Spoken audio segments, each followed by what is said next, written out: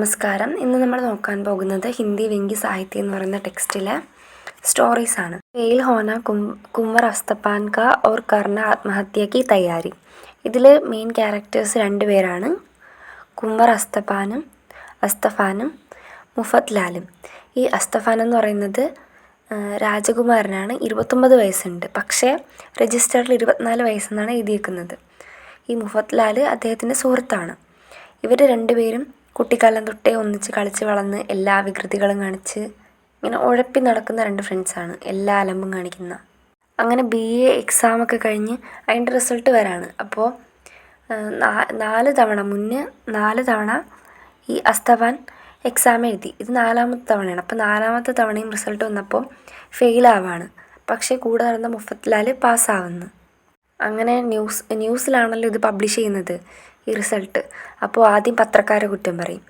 അവരങ്ങനെ ചെയ്തു, ഇങ്ങനെ ചെയ്തു, എൻ്റെ ന്യൂസ് വന്നില്ല, ഞാൻ സ്വന്തമായിട്ട് ഒരു പത്രം ഇറക്കും, ഫ്രണ്ടിനെ പിടിച്ചതിൻ്റെ മെയിനായിട്ടുള്ള സമ്പാദകമാക്കും എന്നൊക്കെ പറഞ്ഞിട്ട് ആദ്യം അതിനെ കുറ്റം പറയും. അപ്പോൾ ഈ മുഫത് ലാൽ പറഞ്ഞു കൊടുക്കും, യൂണിവേഴ്സിറ്റിക്കാർ പറയുന്നതാണ്, സർവകലാശാല പറയുന്നതാണ് ഈ ന്യൂസുകാർ അച്ചടിക്കുന്നത്. അങ്ങനെ പിന്നെ സർവകലാശാലേൻ്റെ കുറ്റം പറയുന്നതാണ്, ഞാൻ പൈസ കൊടുത്തതാണ്, അങ്ങനെ ചെയ്ത് ഇങ്ങനെ ചെയ്ത് എന്നൊക്കെ പറഞ്ഞിട്ട് അവരെ കുറ്റം പറയും. അപ്പോൾ ഈ മുഫത് ലാലിന് ചിരി വരും, പക്ഷേ രാജകുമാരനല്ലേ, ചിരിക്കാൻ പറ്റത്തില്ലല്ലോ. അങ്ങനെ ആൾ കൺട്രോൾ ചെയ്യും.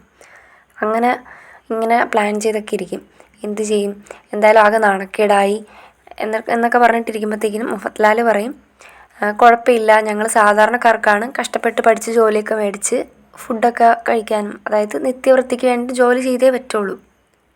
പക്ഷേ അസ്തഫാന് റിച്ചാണ്, ക്യാഷ് ഉണ്ട്, അപ്പോൾ ഇതിനൊന്നും ആവശ്യമില്ല. മുത്തച്ഛനാണെങ്കിൽ ഈ ഫിംഗർ പ്രിൻ്റ് ഉണ്ടല്ലോ, തമ്പ് വയ്ക്കാൻ മാത്രമേ അറിയായിരുന്നുള്ളൂ.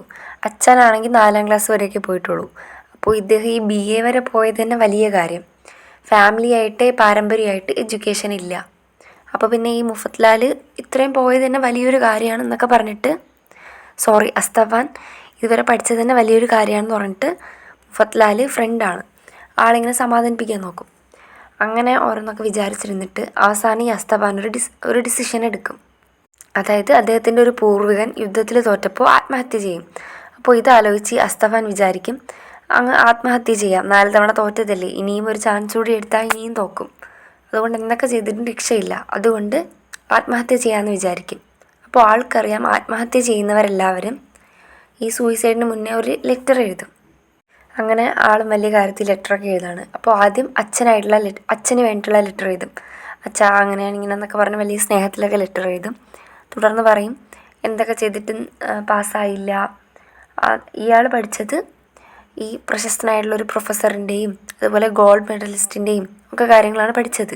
അപ്പോൾ എക്സാമിന് ക്വസ്റ്റ്യൻ വന്നപ്പോഴത്തേക്കിനും ജൂലിയസ് സീസറിൻ്റെ റൈറ്റർ ഈ പ്രൊഫസറാണെന്നും അതുപോലെ വിനയ് പത്രികയുടെ റൈറ്റർ ഗോൾഡ് മെഡലിസ്റ്റ് ആണെന്നൊക്കെ പൊട്ടത്തരം എഴുതി വെക്കണത്. അപ്പോൾ ഇത് തെറ്റാണെന്ന് വന്നിട്ടും ഇയാൾ സമ്മതിച്ചു കൊടുക്കൂല. കാരണം ഇയാൾ പഠിച്ചത് അവർ പറഞ്ഞു കൊടുത്ത രീതിയിലാണ് പഠിച്ചത്.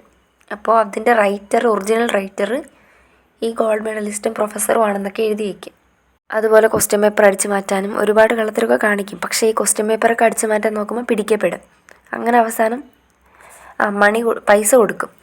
അതുപോലെ ഈ എക്സാമിനേഴ്സിന് പൈസ കൊടുക്കും. കുറച്ച് പേര് മേടിക്കും, കുറച്ച് പേര് മേടിക്കില്ല. പക്ഷേ എന്തൊക്കെ ചെയ്തിട്ടും ഇവൻ പാസ്സായില്ല, ഫെയിലായി.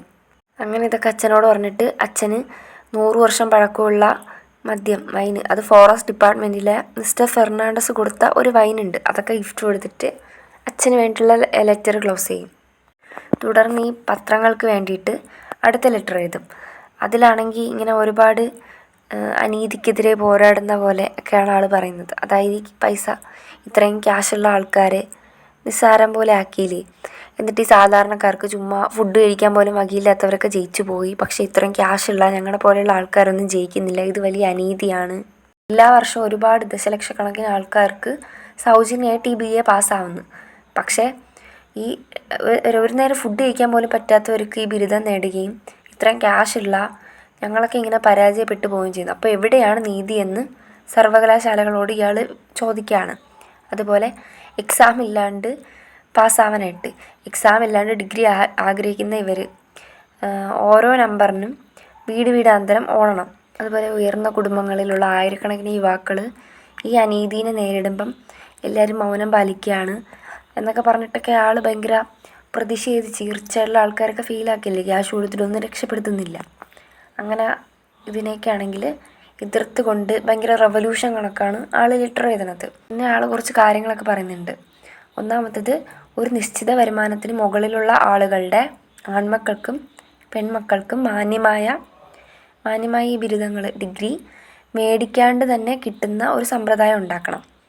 അടുത്ത രണ്ടാമത്തത്, ഓരോ പേപ്പറിനും ഒരു നിശ്ചിത തുക അടയ്ക്കാൻ കഴിയുന്നവർക്ക് ആ പേപ്പറിൽ അതിനുള്ള സൗകര്യം, അതായത് ഫ്രീ ആയിട്ട് ആ പേപ്പർ പാസ്സാക്കണം. ഇവരെ പാസ്സാക്കാത്ത ആ പ്രൊഫസറിനോടൊക്കെ ഭയങ്കരമായിട്ട് പ്രതിഷേധിച്ചൊക്കെ എഴുതുവാണ്. എന്നിട്ട് ഫ്യൂച്ചറിൽ ഇത് നീതിയുക്തമാക്കുന്നതിന് പ്രൊഫസേഴ്സിന് ആ പേപ്പറുകൾ കോപ്പി ചെയ്യുന്ന ജോലി ഏൽപ്പിക്കണമെന്നും അങ്ങനെ ചെയ്യുന്നവർക്ക്, അതായത് ഇവരെ കോപ്പി ചെയ്യാൻ ഹെൽപ്പ് ചെയ്യുന്നവർക്ക് പ്രത്യേക അലവൻസ് നൽകണം എന്നൊക്കെ നിർദ്ദേശിക്കുന്നു. അതുപോലെ തന്നെ അടുത്ത് പറയാണ്, മറ്റ് സാധനങ്ങളൊക്കെ മാർക്കറ്റിൽ വിൽക്കൂലേ, അതുപോലെ തന്നെ ഈ ഒരു പ്രത്യേക നമ്പർ, അതായത് ഈ ഒരു പേപ്പർ പാസ്സാവാനുള്ള നമ്പർ, അതൊക്കെ വിൽക്കണം. ഇത് മേടിക്കാൻ പറ്റുന്നവർ, ഇത് മേടിക്കാനുള്ള ക്യാഷ് ഉള്ളവർ മാത്രം അത് മേടിച്ചിട്ട് പാസ്സാവണം. അങ്ങനെയൊക്കെ പറഞ്ഞിട്ട് കുറച്ച് കാര്യങ്ങൾ ഇയാൾ പറയുന്നുണ്ട്. അപ്പോൾ ഇങ്ങനെ ഇപ്പം നടക്കുന്നത് ഭയങ്കര വലിയ തെറ്റാണ്. അതുപോലെ ഇത് കാരണം, ഈ തെറ്റുകൾ കാരണം യുവാക്കളുടെ ലൈഫ് മൊത്തം നശിപ്പിക്കപ്പെടുകയാണ്. ഞാൻ ഈ മരിക്കുന്നത്, എൻ്റെ ഈ ത്യാഗം വെറുതെ ആവരുത്.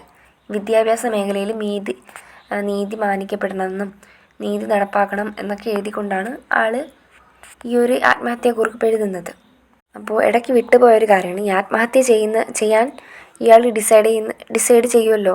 അത് കഴിയുമ്പോഴത്തേക്കിനും ആളുടെ ഫ്രണ്ട് ഈ മുഫത്ലാലാണെങ്കിൽ വിഷമമൊന്നും ഇല്ല ശരിക്കും പറഞ്ഞാൽ ഉള്ളിൽ, പക്ഷെ എന്നാലും രാജകുമാരനല്ലേ, അപ്പോൾ ആൾക്ക് എന്തെങ്കിലും ലാഭം ഉണ്ടാക്കണമല്ലോ.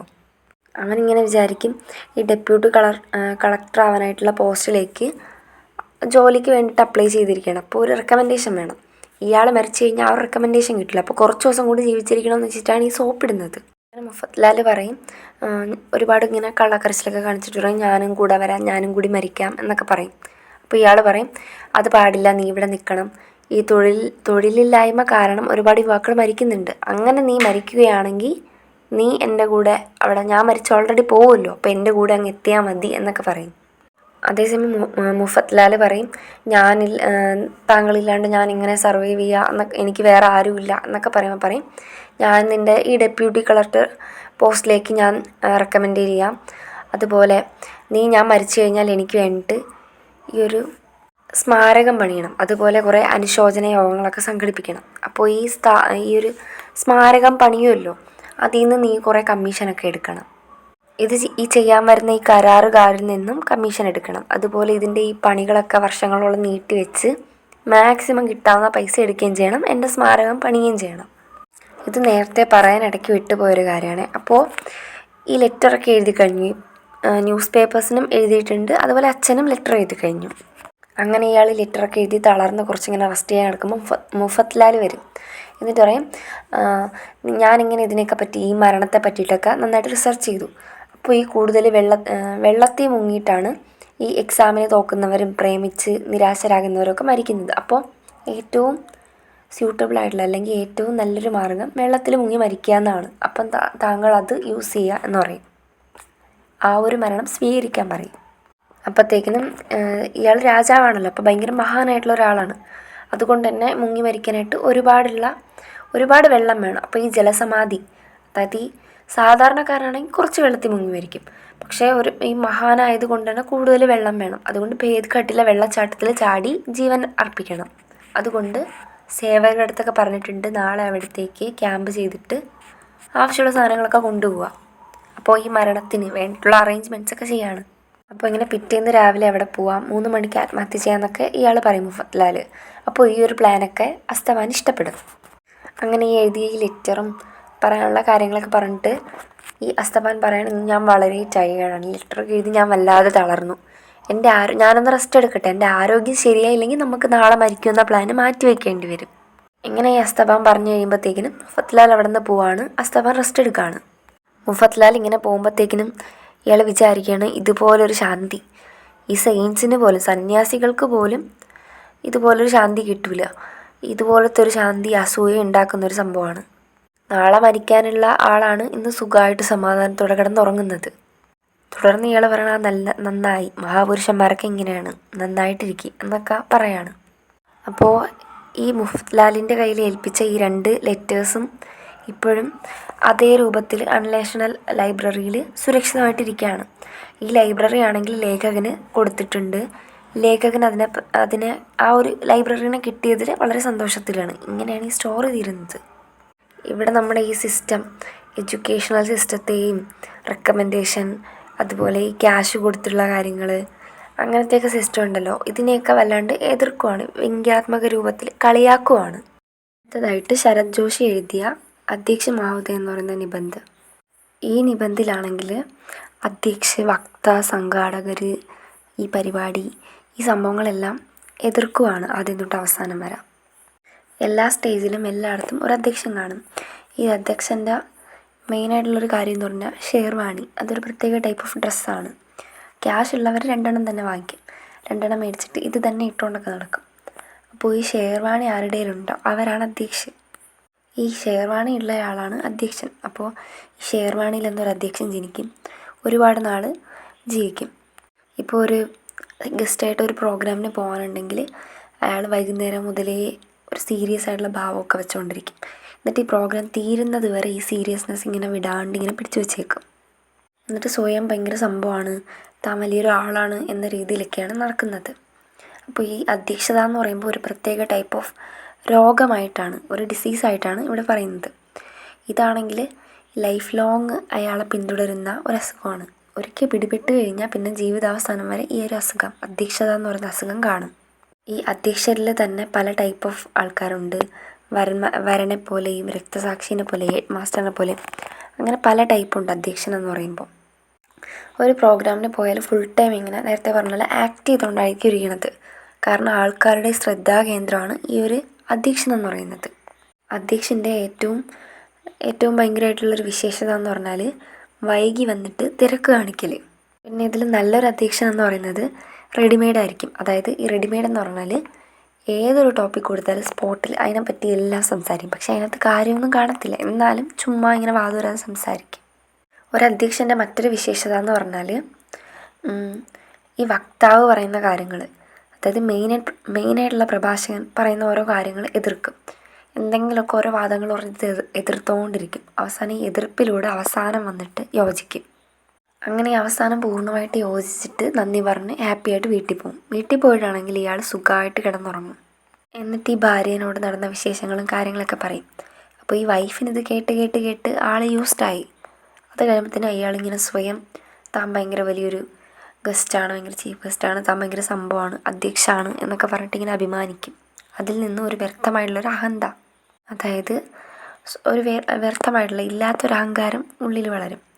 അപ്പോൾ ഈ സ്റ്റോറിയിൽ ആദ്യം തൊട്ടേ മൊത്തം ഈ അധ്യക്ഷ് എന്ന് പറയുന്ന സംഭവത്തെയാണ് എതിർത്തിരിക്കുന്നത്. അതായിട്ട് ശ്രീലാൽ ശുക്ല എഴുതിയൊരു സ്റ്റോറിയാണ് ബേൽഗാഡി സെ യാത്ര. ബേൽഗാഡി എന്ന് പറഞ്ഞാൽ കാളവണ്ടി. ഇതൊരു വ്യംഗ്യ കഹാനിയാണ്. ഇത് ഗ്രാമീണ ജീവിത പശ്ചാത്തലവും സൊസൈറ്റീനെയും പൊളിറ്റിക്സിനെയും അതിൻ്റെയൊക്കെ റിയാലിറ്റിയും ഒക്കെ കാണിക്കുന്നുണ്ട്. ഈ കാളവണ്ടിയിലൂടെയുള്ള യാത്രയിലൂടെ റൈറ്റർ ഗ്രാമീണ ജീവൻ്റെ പ്രശ്നങ്ങൾ, ബുദ്ധിമുട്ടുകൾ, ഇല്ലായ്മകൾ ഇതെല്ലാം സഹിക്കുന്ന സാധാരണ മനുഷ്യൻ്റെ ഒരു റിയൽ പിക്ചർ ഒക്കെ നമുക്ക് തരുന്നുണ്ട്. ഈ സ്റ്റോറിയിൽ ലേഖക് പഠിച്ചുകൊണ്ടിരിക്കുന്ന സമയത്ത് വെക്കേഷൻ ആണെങ്കിൽ സുഹൃത്തായിട്ടുള്ള രാംബാബുവിൻ്റെ വീട്ടിൽ പോകും. അപ്പോൾ ഈ രാംബാബുവിൻ്റെ വീട് ഒരു ഗ്രാമത്തിലാണ്. അപ്പോൾ രാംബാബുവിൻ്റെ വീട്ടിലേക്ക് പോകാനായിട്ട് റൈറ്ററിൻ്റെ കൂടെ മറ്റ് 2 ഫ്രണ്ട്സും കൂടി ഉണ്ട്. അപ്പോൾ ഇവർ പോകുന്നത് ബേൽഗാഡിയിൽ, അതായത് ഈ കാളവണ്ടിയിലാണ് ഗ്രാമത്തിലേക്ക് പോകുന്നത്. ഇതിൽ ഒരു ഫ്രണ്ട് ലിറ്ററേച്ചറിലും ഫിലോസഫിയിലും ദർശനിലും സാഹിത്യത്തിലുമൊക്കെ ഇൻട്രസ്റ്റ് ഉള്ള ഒരാളാണ്. രണ്ടാമത്തെ ആൾക്ക് പൊളിറ്റിക്സിലാണ് ഇൻട്രസ്റ്റ്, രാജനീതിയിൽ. ഇങ്ങനെ വണ്ടിയിൽ പോയിക്കൊണ്ടിരിക്കുമ്പം ഈ പൊളിറ്റിക്സിൽ ഇൻട്രസ്റ്റ് ഉള്ള ഫ്രണ്ട് പറയും, ഈ കാളവണ്ടിയിലെ 2 കാളകളിൽ ഒന്ന് ബ്ലാക്കും ഒന്ന് വൈറ്റുമാണ്, പക്ഷേ ഇവർക്കിടയിൽ ഒരു ഡിഫറൻസും ഇല്ല. 2 പേരും ഒന്നിച്ച് ഫുഡ് കഴിക്കും, ഒന്നിച്ച് വണ്ടി വലിക്കും. അങ്ങനെയൊക്കെ സംസാരിച്ച് പോകുമ്പോഴത്തേക്കിനും റൈറ്റർ നോക്കുമ്പോൾ ഈ വണ്ടിക്കാരനാണെങ്കിൽ ഉറങ്ങി, പക്ഷേ കാളകൾ വണ്ടി വലിക്കുന്നുണ്ട്. കുറച്ച് കഴിഞ്ഞ് ഓരോരുത്തരായിട്ട് ഈ യാത്രക്കാരെല്ലാവരും ഉറങ്ങും. എന്നിട്ട് ഇവരെല്ലാവരും റൈറ്ററൊക്കെ കണ്ണു തുറക്കുമ്പോഴത്തേക്കിനും അടുത്തുള്ള റെയിൽവേ സ്റ്റേഷനിലേക്ക് എത്തി. അപ്പോൾ ഈ വണ്ടിക്കാരനാണെങ്കിൽ ഇങ്ങനെ പരാതി പറയും, ആരോ കാളികളെ പിന്തിരിപ്പിച്ച് വിട്ടതാണ്, അതുകൊണ്ടാണ് ഈ സ്റ്റേഷനിലേക്ക് തിരിച്ചു വന്നതെന്ന്. ഇത് കേട്ടിട്ട് ഈ ദാർശനികമായിട്ടുള്ള ഫ്രണ്ട് പറയും, പ്രഗതി അല്ലെങ്കിൽ പുരോഗതി. പ്രോഗ്രസ് എന്ന് പറയുന്നത് നടക്കാത്ത കാര്യമാണ്, അല്ലെങ്കിൽ അത് കള്ളത്തരമാണ്. നമ്മൾ എത്ര മുന്നോട്ട് പോയാലും കറങ്ങിത്തിരിഞ്ഞ് പുറപ്പെട്ടെടുത്ത് തന്നെ വന്ന് നിൽക്കും. ഇത് കേട്ട് ഈ പൊളിറ്റിക്സിൽ ഇൻട്രസ്റ്റ് ഉള്ള ഫ്രണ്ട് പറയും, പ്രജാതന്ത്ര അതായത് ഡെമോക്രസി സക്സസ് ആവാത്തത് ജനങ്ങൾ ഉണരാത്തത് കൊണ്ടാണ്. ജനങ്ങൾ ഉണരുമ്പോഴാണ് ഈ ഡെമോക്രസി അല്ലെങ്കിൽ പ്രജാതന്ത്ര സക്സസ് ആവണത്. ഇത്തരത്തിൽ ഇതെല്ലാം സംഭവിച്ചത് നമ്മളെല്ലാവരും ഉറങ്ങിയത് കാരണമാണ് ഇങ്ങനെയൊക്കെ സംഭവിച്ചതെന്ന്. അപ്പോൾ ഈ ഒരു ചെറിയ സ്റ്റോറിയിലൂടെ രാഷ്ട്രീയത്തിൻ്റെ പൊള്ളത്തരം, ഈ നേതാക്കന്മാരുടെ നിഷ്ക്രിയത്വം, അതായത് ഒന്നും ചെയ്യാത്തൊരവസ്ഥ, മറ്റുള്ളവരിൽ കുറ്റപ്പെടുത്തുന്ന പഴിചാരുന്ന പ്രവണത, ഇതൊക്കെയാണ് ഇവിടെ ചൂണ്ടിക്കാണിക്കുന്നത്. അതായിട്ട് ഏക് മൂർത്തി കഥ ഇത് എഴുതിയത് ശങ്കർ പുണതാംബേക്കർ. ഈ സ്റ്റോറിയിൽ മെയിനായിട്ട് 3 ക്യാരക്ടേഴ്സാണ് വരുന്നത്. അപ്പോൾ ഇതിൽ പ്രതിമകളൊക്കെ ഈ മൂർത്തി വിഗ്രഹങ്ങൾ അല്ലെങ്കിൽ പ്രതിമകളുടെ ഒരു കട നടത്തുന്ന ഒരു സേട്ടുണ്ട്. ഇയാളുടെ മകനെയാണ് ആദ്യം റൈറ്റർ കാണിക്കുന്നത്. ഈ മകൻ സേട്ടിൻ്റെ മകനാണെങ്കിൽ ഒരു യാത്രയ്ക്ക് പോകും.